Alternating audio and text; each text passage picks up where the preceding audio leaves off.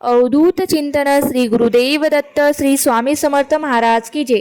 आपण आजच्या व्हिडिओमध्ये जाणून घेणार आहोत की गुरु प्रतिपदा का साजरी करतात, गुरु प्रतिपदेचं महत्त्व, वैशिष्ट्य, संपूर्ण माहिती आपण आजच्या व्हिडिओमध्ये जाणून घेणार आहोत। माघ कृष्ण प्रतिपदा या तिथीला श्री गुरु प्रतिपदा असे म्हणतात। दत्त महाराज नुसत्या नामस्मरण करण्याने प्रसन्न होणारी देवता म्हणून ओळखली जाते। ती भक्तांच्या एका हाकेला धावणारी माऊली म्हणून सुद्धा ओळखली जाते। श्रीपाद श्रीवल्लभ हे दत्त प्रभूंचे दुसरे अवतार व नरसिंह सरस्वती हे दत्त प्रभूंचे तिसरे अवतार आणि श्रीपाद श्रीवल्लभ उत्तर अवतार आहेत। तेच पुढे श्री अक्कलकोट स्वामी समर्थ म्हणून सुद्धा प्रसिद्ध पावले। श्री दत्तावतार भगवान श्री नरसिंह सरस्वती स्वामी महाराजांनी याच गुरु प्रतिपदा याचला शैल्य गमन केले होते। गुरु प्रतिपदा या दिवशी श्री नरसिंह सरस्वती स्वामी महाराज कर्दळी वनात गुप्त झाले। निजगमास जाताना स्वतःचा निर्गुण पादुका स्वामींनी श्री क्षेत्र गाणगापूर येथे सेवेकरता ठेवल्या। ते लौकिक अर्थाने श्रीशैल्य मल्लिकार्जुन क्षेत्री जाऊन अदृश्य झाले। दुर्मिळ योग म्हणजे त्यांनी आपला देह ठेवलेला नाही, ते फक्त अदृश्य झाले। बघा, श्री गुरु प्रतिपद हे वैशिष्ट्यपूर्ण उत्सव आहे। याच पुण्यवान तिथीला अनेक उत्सव असतात। अशा सर्व सुयोगांमुळे हा श्री गुरु प्रतिपदा हा विशेष योग किंवा पुण्यतिथी असून सर्व गुरु संप्रदायामध्ये मोठ्या प्रमाणात हा उत्सव साजरा केला जातो। अशी ही तिथी पुण्य असल्यामुळे या दिवशी गाणगापुरात भव्य दिव्य स्वरूपात तिथे उत्सव साजरा होतो। या दिवशी देशभरातील भक्त मोठ्या प्रमाणात गाणगापूर येथे श्रीचरणी अभिषेक, पूजा, नैवेद्य व पालखी सेवेत सहभागी होतात।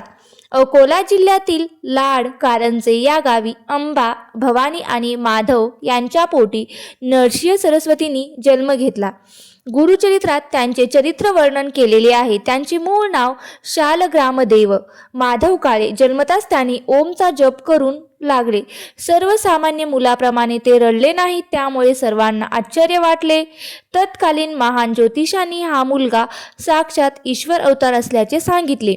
हा लौकिक मुलगा श्रीहरीप्रमाणे सर्व नरांचे पाप, ताप, दैन्य हरण करणारा होईल, म्हणून याचे नाव नरहरी असे ठेवले आणि त्याने ते सुचवले, म्हणून त्यांना नरहरी नावाने ओळखले जाते। वयाच्या 7 वर्षापर्यंत स्वामी बोलत नसत। उपनयन संस्कारावेळी त्यांनी आई अंबा भवानीकडे वेदवाणीचा उच्चार करून भिक्षा मागितली। त्यानंतर ते बोलू लागले। वयाच्या 8व्या वर्षी मातापित्यांचा आशीर्वाद घेऊन स्वामी बद्री केदारला गेले। वाटेत काशी मुक्कामी त्यांची गाठ कृष्ण सरस्वती संन्यासाशी घडली। कृष्ण सरस्वतींनी श्री नरसिंहला मठ परंपरेप्रमाणे संन्यास दीक्षा दिली। उत्तरेत शिक्षण पूर्ण केल्यावर ते दक्षिणेत प्रथम कारंजे येथे मातापित्यांना भेटले। त्यानंतर ते त्र्यंबकेश्वर, नाशिक, परळी, वैजनाथ, औदुंबर, अमरापूर या गावी राहिले। अमरापूर हे गाव कृष्ण पंचगंगा संगमावर आहे। तेथे नरसिंह सरस्वती 12 वर्षे राहिले। त्यांच्या या गावाच्या प्रदीर्घ निवासामुळे या गावाला नरसोबाची वाडी हे सुद्धा नाव प्राप्त झाले।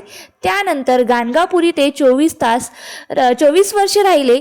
त्यावेळी बेदरचा बादशाह अल्लाउद्दीन त्याने त्यांची पूजा केली। बघा, गुरु प्रतिपदा या तिथीला नरसिंह सरस्वती स्वामी महाराजांनी श्री क्षेत्र गाणगापूर येथे आपल्या निर्गुण पादुका स्थापन करून अवतार कार्य संपवले। नरसिंह सरस्वती महाराजांनी कृष्ण तीरावरील श्री क्षेत्र औदुंबर येथे एक चातुर्मास वास्तव केले। आपल्या विमल पादुका स्थापन करून वाडीला गमन केले होते। अश्विन कृष्ण द्वादशी श्री गुरु द्वादशीच्या मुहूर्तावर आपल्या मनोहर पादुका स्थापन करून गाणगापूरकडे प्रयाण केले। या तिन्ही पादुकांना विशेष असं महत्त्व आहे किंवा नावे आहेत। विमल पादुका, मनोहर पादुका व पापनाशनाच्या असून पाषाणाच्या बनलेल्या असून निर्गुण पादुका कशापासून बनवल्या आहेत याची माहिती कोणालाच नाही। यांना विशेष असा आकार नाही, म्हणून या पादुकांना निर्गुण पादुका असे म्हणतात। या निर्गुण पादुकांना पाण्याचा स्पर्श कधीही होत नाही, त्याऐवजी केशर व अत्तराचे वरून लेपन केले जाते. त्या लंबगोल आकाराच्या पेटीमध्ये ठेवलेल्या असतात. विमल पादुका सोडून बाकी अन्य 2 पादुकांच्या नावांचे संदर्भ श्री गुरुचरित्रात पाहायला मिळतात. मनोहर पादुकांचे दर्शन व पूजन केल्याने सर्व मनोकामना पूर्ण होतात असे सुद्धा सांगितले जाते. बघा, औदुंबर येथे नरसिंह सरस्वती महाराजांनी एक चातुर्मास आपल्या अनुष्ठानात व्यतीत केला होता. त्यांच्या त्या एकांतवासांचा संदर्भ घेऊन औदुंबर येथील पादुकांना विमल पादुका म्हणत असावेत, पण या नावाचा उल्लेख श्री गुरुचरित्रात कोठेही नाही. विमल म्हणजे अत्यंत शुद्ध, कोणताही मल दोष नसणाऱ्या पादुका. बघा की लौकिक अर्थाने खूप प्रसिद्धी झाल्यावर आणि आपले अवतार कार्य पूर्ण झाल्यावर स्वामी श्री शैल्य येथे गेले. तेथे पाताळगंगेमध्ये जाऊन त्यांनी शिष्यांना पुष्पांचे आसन करायला सांगितले. शिष्यांनी एक मोठी बांबूची पट्टी तयार केली. त्याला सर्व बाजूंनी कर्दळीच्या पानाने लपटले. त्यावर सेवंतीची फुलं इत्यादी फुले पसरून पुष्पासन तयार केले आणि त्या दिवशी गुरु कन्या राशीत होता. उत्तरायण सुरू होते. सूर्य कुंभ राशीत होता. माघ वद्य प्रतिपदा होती आणि शुक्रवार होता. त्या दिवशी प्राप्तास समयी श्री गुरु पुष्पासनावर बसले आणि पाताळगंगेतून कर्दळीवनाकडे निघाले. कर्दळीवनात पोहोचल्यावर आपण तेथे पोहोचल्याची खूण, प्रसाद, पुष्पे पाठवतो असं त्यांनी शिष्यांना सांगितलं. बघा, त्यानंतर काय झालं तर स्वामी हळूहळू दिसेनासे झाले. स्वामी कर्दळीवनाकडे ज्या दिशेने गेले तेथून काही नावाडी आले. त्यांनी शिष्यांना सांगितले की आम्ही स्वामींना कर्दळी वनात जाताना पाहिले आणि त्यानंतर ते गुप्त झाले. त्यांनी त्यावेळी तुम्हाला देण्यासाठी एक निरोप आमच्याकडे दिला आहे. बघा, शिष्यांना सांगितले तो निरोप असा आहे की आज्ञापिती मुनी, आपण जातो कर्दळीवनी, सदा असो गाणगापूर भवनी असे सांगा म्हणतले. बघा, महाराष्ट्रातील दत्त संप्रदायांचा प्रारंभ नरसिंह सरस्वतींच्या अवतार चरित्रातून झाला असे मानले जाते. नरसिंह सरस्वतींनी शिव, विष्णू, देवी, गणेश आणि नरसिंह यांच्या उपासनेचा उपदेश केला.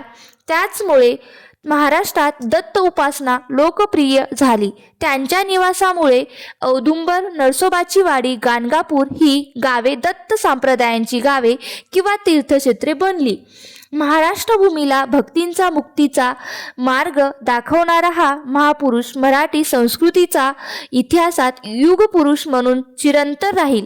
भक्तांनी स्वामींना ज्या दृष्टीने पाहिले त्या स्वरूपात त्यांनी दर्शन दिले. कोणाला श्री विठू माऊलीच्या रूपात दर्शन घडले तर कोणाला श्री भगवान विष्णूंच्या रूपात दर्शन घडले तर कोणाला भगवती देवीच्या रूपात दर्शन घडले. महाराजांनी भक्तांच्या कल्याणासाठी अनेक लीला दाखवल्या. मानवाला जन्मापासून ते मरेपर्यंत गुरूंची आवश्यकता असते.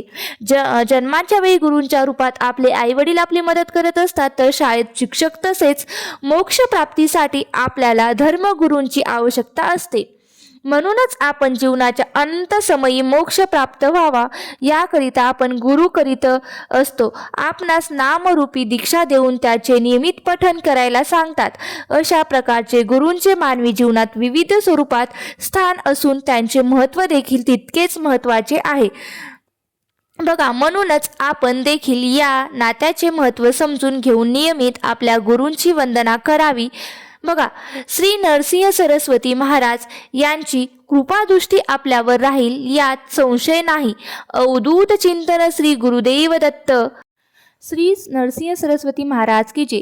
तुम्हाला ही गुरु प्रतिपदेची माहिती कशी वाटली नक्की मला कमेंट बॉक्समध्ये सांगा. श्री स्वामी समर्थ. श्री गुरुदेव दत्त. श्री गुरुदेव दत्त.